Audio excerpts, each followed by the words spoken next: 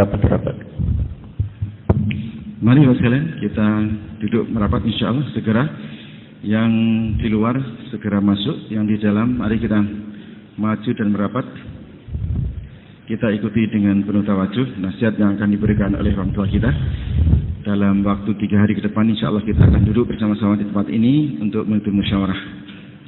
Oleh karena itu kita perlu memperhatikan apa saja yang kita harus lakukan selama kita berada di tempat ini, sehingga insya Allah kita akan dapat manfaat yang sebesar-besarnya. Mari yang di belakang kita hidupkan sunnah Nabi SAW, duduk dengan rapat-rapat.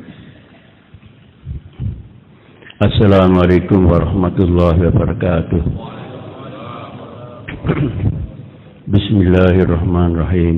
Alhamdulillahi rabbil alamin. Wassalatu wassalamu ala sayyidil anbiya wal mursalin wa ala alihi wa sahbihi ajma'in, amma ba'd. A'udzu billahi minasy syaithanir rajim. Bismillahirrahmanirrahim. Wa man ahsanu qawlan mimman da'a ila Allah wa 'amila shalihan wa qala innani minal muslimin. Wa qala ta'ala walladzina jahadu fina lanahdiyannahum subulana wa innallaha lama'al muhsinin. Wa qala alaihi salatu wassalam al-mu'minuna hayyinun layyinun kal jamalil anif atau kama qala alaihi salatu wassalam. Hadirin yang mulia,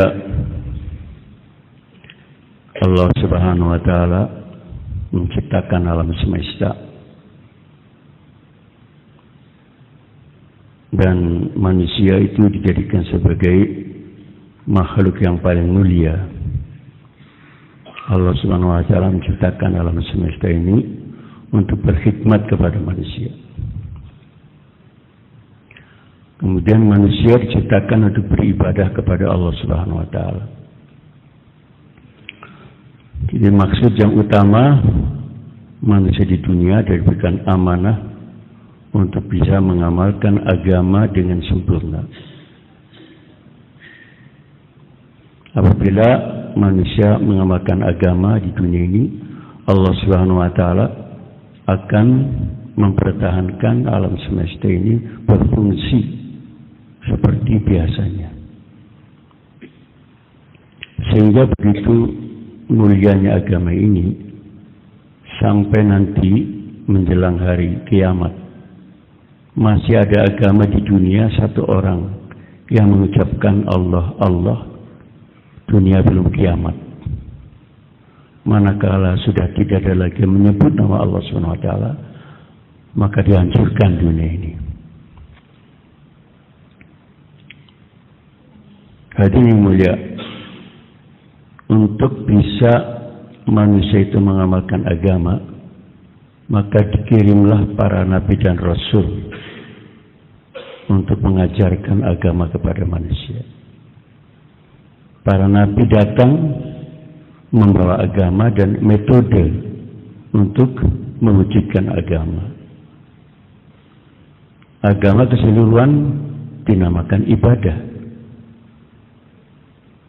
Untuk mewujudkan ibadah, maka metodenya adalah dakwah ila Allah Subhanahu wa taala. Jadi untuk memulai wujudnya agama itu, para nabi dan rasul dimulai dengan dakwah. Dengan dakwah ini turun hidayah. Manusia mendapat hidayah untuk mengamalkan agama. Ketika dakwah itu masih ada, maka agama akan wujud di dunia. Ketika dakwah sudah tidak ada, maka hilang agama dari dunia. Begitu. Sehingga Nabi yang terakhir adalah Nabi kita, baginda Nabi Agung Muhammad SAW, sama membawa agama Islam seperti yang dahulu-dahulu, hanya syariat yang berbeda. Maka Nabi mengajarkan agama ini memulai dengan usaha dakwah. Dari mulai pagi sampai siang sampai lewat tengah malam, Nabi berdakwah. Begitu. Kemudian ringkasnya manusia mulai mendapat hidayah. Kemudian para sahabat-sahabat juga diajarkan yang sama.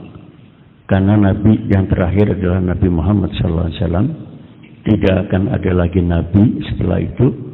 Maka kepada umat Nabi supaya menjalankan tugas kenabian. Para sahabat bertebaran ke seluruh dunia untuk mendakwahkan agama. Maka berbondong-bondong manusia itu mendapat hidayah sehingga para sahabat itu mengamalkan agama dengan sempurna dan mereka membawa agama ke seluruh dunia. Para tabi'in, para tabi'ut tabi'in. Kemudian suatu ketika ilmu masih ada, ibadah masih ada, perkhidmatan ada, bahkan luar biasa. Sentra-sentra ilmu pengetahuan agama dan ilmu dunia dikembangkan begitu rupa. Ibadah, masya Allah, juga dijaga. Orang-orang saleh mereka terbiasa sepanjang malam beribadah. Berkhidmat juga diperluas masjid-masjid, diperindah bangunan-bangunan, jalan-jalan, taman-taman. Tapi satu hal itu dakwah ditinggalkan. Gerak dakwah sudah tidak ada lagi. Hanya para ulama memberikan ceramah sana, ceramah sini. Allah SWT hancurkan umat Islam. Itu di abad ke-7 di Andalus dan di Baghdad dihancurkan umat Islam. Kenapa? Karena sudah tidak gerak dakwah lagi. Kemudian mulai dibangkitkan. Begitulah sepanjang zaman sejarah. Islam yang tadi berkembang di mana-mana. Karena dakwah berhenti, tidak lagi dakwah kenabian, maka hidayah tidak turun dan bencana turun di mana-mana. Bahkan umat Islam banyak yang murtad.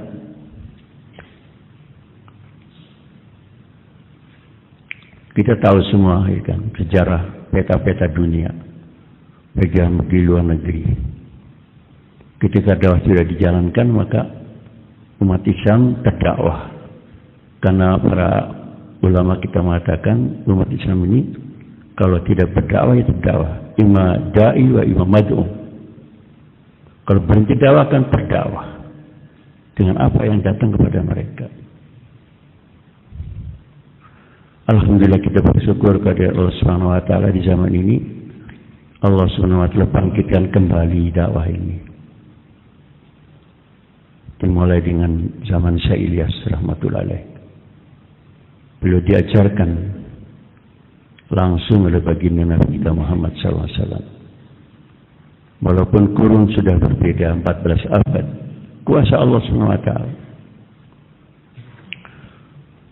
Jadi maksud dengan dakwah kenabian. Agama ini bukan dari pikiran Nabi.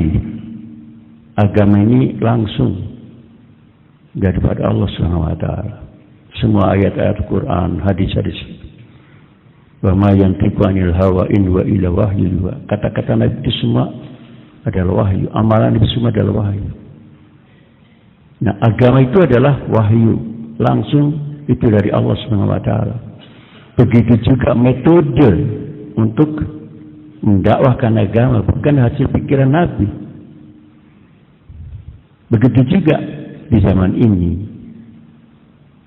Metode dakwah yang kita kerjakan ini bukan karya Syekh Ilyas, bukan karya Syekh Yusuf, bukan karya Syekh Namul Hasan.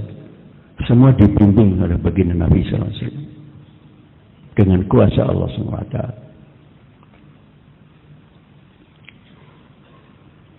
Syekh Ilyas sendiri menerima dakwahnya dengan yaqadah, bertatap muka. Seandainya dakwahnya adalah karya Syekh Ilyas, tentu di India dikerjakan sudah mulai. Tapi 10 tahun Nabi Syekh Ilyas bekerja karena kerisauannya terhadap masyarakat India yang muslimnya sudah terpengaruh agama lain. tradisi atau amalan Islam sudah nggak ada lagi. Nama pun sudah berubah. Tetapi bekerja selama puluhan tahun tidak ada hasil, maka akhirnya beliau mengambil keputusan ingin pergi haji dan tidak akan pulang lagi ke India. Disalah Nabi mendapat pelajaran di Mekah Madinah daripada baginda Rasulullah SAW. Bagaimana cara-cara dakwah yang harus dikerjakan di zaman ini supaya kembali metode seperti yang diajarkan di zaman Nabi dan sahabat. Oleh karena itu, Hadis mulia, di dalam musyawarah ini yang paling penting itu akan disampaikan bagaimana arahan dakwah itu oleh para masyayikh kita. Karena dakwah ini bukan hasil karya para masyayikh. Oleh karena itu juga dakwah ini kita nggak boleh ada kreasi dari kita. Yang kita kerjakan harus ikut arahan para masyayikh. Falidzalika fad'u wastaqim kama umirta. Oleh karena itu ya Muhammad, hendaklah engkau berdakwah dengan istiqomah sebagaimana yang diarahkan. Nabi mendapat pengarahan bagaimana cara dakwah daripada Allah SWT. Kemudian Nabi mengajarkan kepada sahabat-sahabatnya dan seterusnya. Dan Nabi mengajarkan kepada Syekh Ilyas langsung. Oleh karena tidak ada hak sama sekali kita ini memasukkan pikiran kita di dalam kita menjalankan tugas dakwah ini. Tidak boleh mencampurkan pemikiran-pemikiran kita di dalam usaha dakwah ini.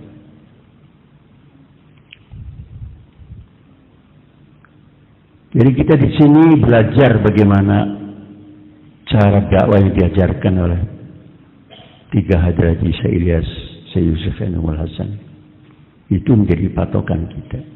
Dan ternyata apabila kita yang berpegang dengan dakwah itu, Allah SWT akan jaga kita yang berdakwah dan menjaga amalan dakwah dan menurunkan hidayah. Tapi manakala kita ini berbeda arahan, maka terjadi fitnah. Jadi sejauh mana kemajuan dakwah kita itu, sejauh mana kita ikut arahan para masyayikh kita. Jangan coba-coba dalam dakwah ini mencampurkan pikiran kita. Pasti tidak akan berhasil, pasti akan bermasalah. Ini tekanan daripada musyawarah kita dan musyawarah-musyawarah yang akan datang. Dan kita mendapat bimbingan langsung daripada para penerus, para pendahulu, para masyayikh kita seluruh alam. Kita ikut arahan-arahan mereka. Allah SWT memandang dunia ini dari segi dakwah yang ikut dakwah kenabian. Maka amalan yang kita kerjakan ini akan berimbas. Pertama ke diri kita sendiri dan bagi kita khususnya bangsa Indonesia, bahkan seluruh alam. Selama kita berpegang teguh kepada arahan para masyayikh kita, maka akan makbul daripada dakwah kita ini, akan menjadi turunnya hidayah kepada kita, kepada bangsa kita, dan akan menjadi berdampak kepada seluruh alam. Jadi keadaan negeri kita ini itu tergantung juga kepada amalan kita. Sebagaimana kita ini mengetahui para petani, ketika berpetani itu menjaga dengan benar dan tanaman itu diatur dengan cara yang benar, tumbuh dengan baik. Tanaman itu belum berbuah, tapi sudah dijaga sama petani daripada gangguan-gangguan hama dari binatang, belum berbuah.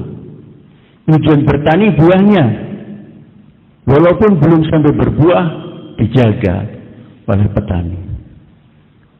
Begitulah kita ini semuanya. Mungkin kita belum bisa mengamalkan agama dengan sempurna, tapi manakala kita ini menjalankan tugas dakwah dengan benar, ikut arahan para guru-guru kita, para masyayikh kita, Allah menjaga kita yang berdakwah dan medan dakwah kita akan dijaga Allah SWT. Tapi manakala kita ini ikut cara sendiri, maka akan terjadi masalah. Kalau tanaman itu tidak membuahkan dan tanaman itu rusak, maka mungkin akan diganti tanaman yang lain. Begitulah semula kita ini banyak kelemahan, banyak kekurangan, tapi kita ini semua berniat, bertekad bagaimana kita ini menjalankan tugas dakwah sesuai arahan. Bersedia insyaallah?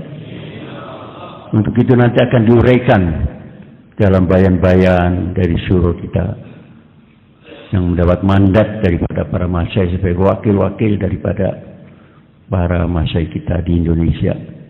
Perhatikan dengan baik-baik, ya kan? Jadi waktu istimai itu jaga pendengaran mata kita. Nah, untuk supaya bisa kita tawajuh, maka waktu istirahat full istirahat. Jangan digunakan ngobrol sana, ngobrol sini yang nggak ada gunanya gitu. Jadi khusus untuk supaya tawajuh dalam istimai, waktu introdi gunakan istirahat dengan baik. Bersedia insyaallah? Supaya kita ini sebagai wakil-wakil daerah ini bisa menangkap dengan akurat apa yang diarahkan oleh para masyayikh melalui suruh-suruh kita ini. Nah, nanti kalau kesini tidak tawajuh, ngantuk, tertidur, nah bagaimana apa yang mau kita sampaikan ke daerah-daerah kita ini?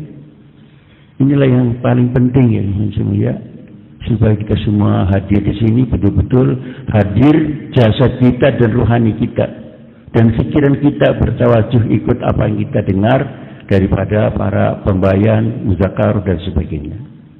Nanti ada karbuzari, maksudnya apa yang kita kerjakan di daerah kita dalam dakwah ini. Nanti kalau ada kelebihannya, ya itu sebagai kelebihan kita. Bersyukur. Kalau ada kekurangan, nanti akan dipedulkan bagaimana cara yang benar menurut arahan. Kemudian ada takazah-takazah nanti.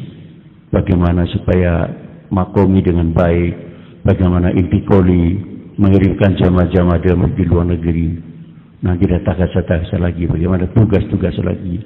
Kita resap dengan baik, tangkap dengan baik, kita bawa ke kampung kita masing-masing, kita amalkan, dan kita sampaikan kepada para da'i kita di sana. Semua siap insyaallah. Demikian insyaallah kita setelah ini istirahat, ya kan? Nanti akan dimulai lagi pada asar program sampai dengan daerah Ahad siang. Dan setelah itu kita kembali ke tempat masing-masing dengan membawa arahan apa yang kita bawa dari sini ke daerah kita semuanya. Semua bersedia. Semoga Allah SWT memberikan kekuatan kepada kita untuk menjalankan tugas sampai akhir hayat kita. Wassalamualaikum warahmatullahi wabarakatuh.